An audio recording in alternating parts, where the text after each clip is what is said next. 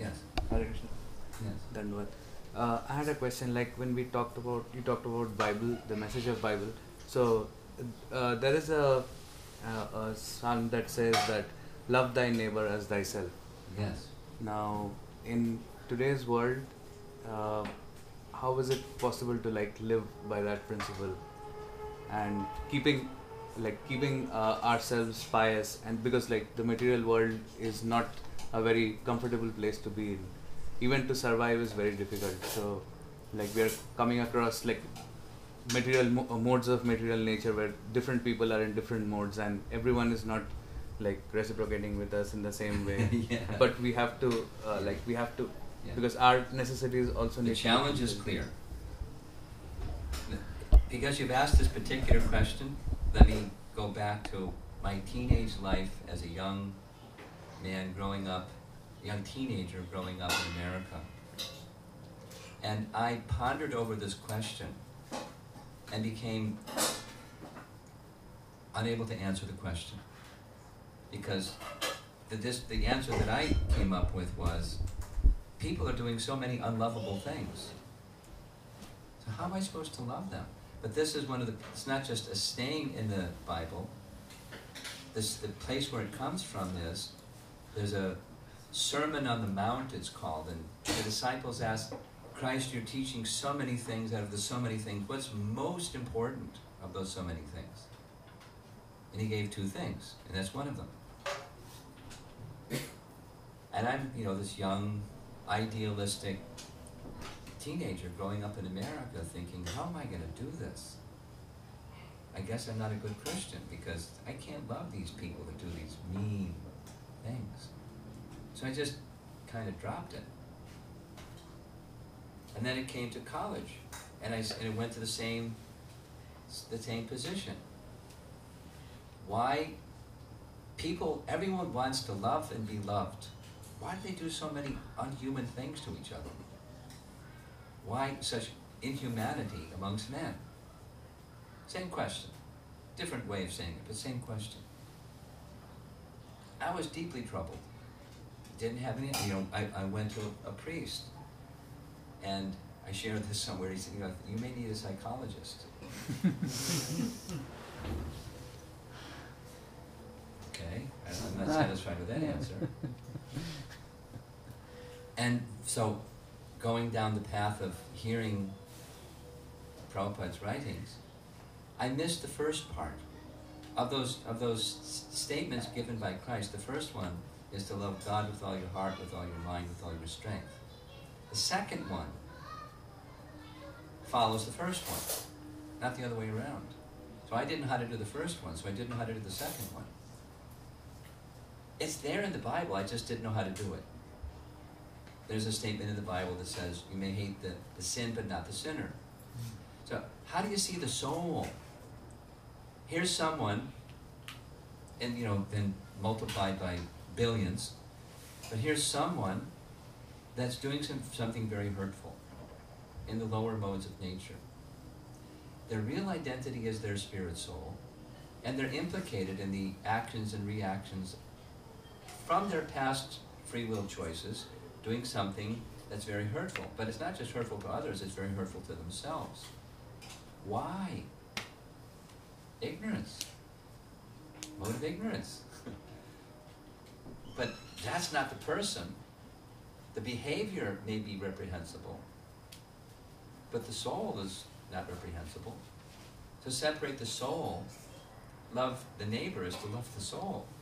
Now if I have love for the soul and I see somebody suffering and doing hurtful things to others and further implicating themselves and others in suffering, what can I do to help relieve them of that suffering?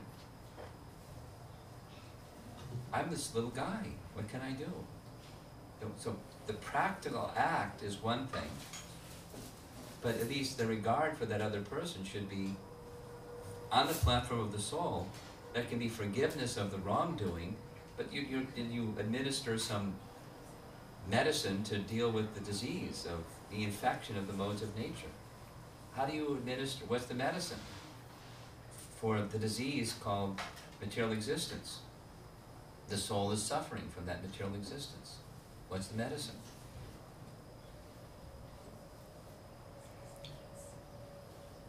Not just you've asked that question, saintly persons since time immemorial have asked that question. It's presented very wonderfully in the Bhagavatam. Bhavo sada shodra manobi ramat.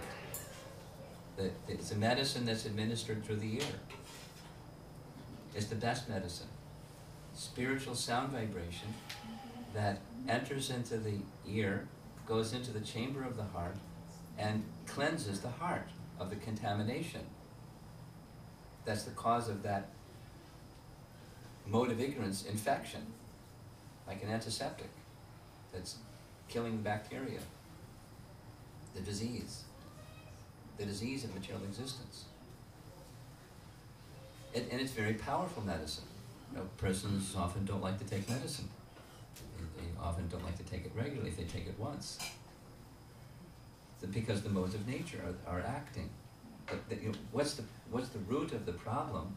The soul is implicated in material existence, and thus behaviors of material existence that are not lovable. But the soul is lovable. And how do you stay fixed in that consciousness? That's a nice idea, notional thing. And when somebody does something very hurtful, how do you stay there? It takes the first one. Love God with all their heart, with all their mind, and all their strength. How do you do that? And Bhagavad Gita presents that how-to. There's a how-to. And when that is followed, and that the natural attraction and love for the soul to the Supreme Soul, then I can regard other souls as part and parcel of that Supreme Soul. In concentric circles out, my immediate family and those persons who I associate with, and keep going. But who's at the center? God.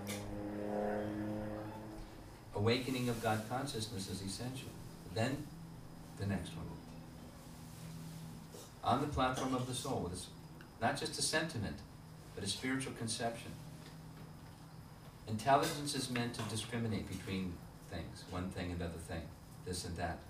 The covering of the soul of the soul. That's the initial discrimination in Bhagavad Gita, chapter 2. How do you stay fixed in that? It's challenging, in part because we're fruitive. We're impelled by the modes of passion, and we want to be enjoyers. And that situation is not enjoyable. My mind is disturbed. It's interfering with my enjoyment, although I'm spirit soul. The modes of nature are acting.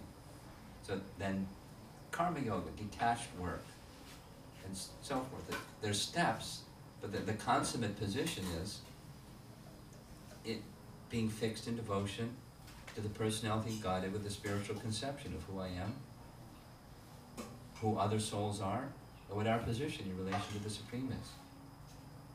And fostering, at least doing my part of living that life.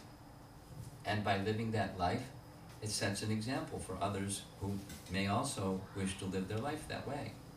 And then the words that I speak may have some potency because of that purity, if I'm in fact living my life that way.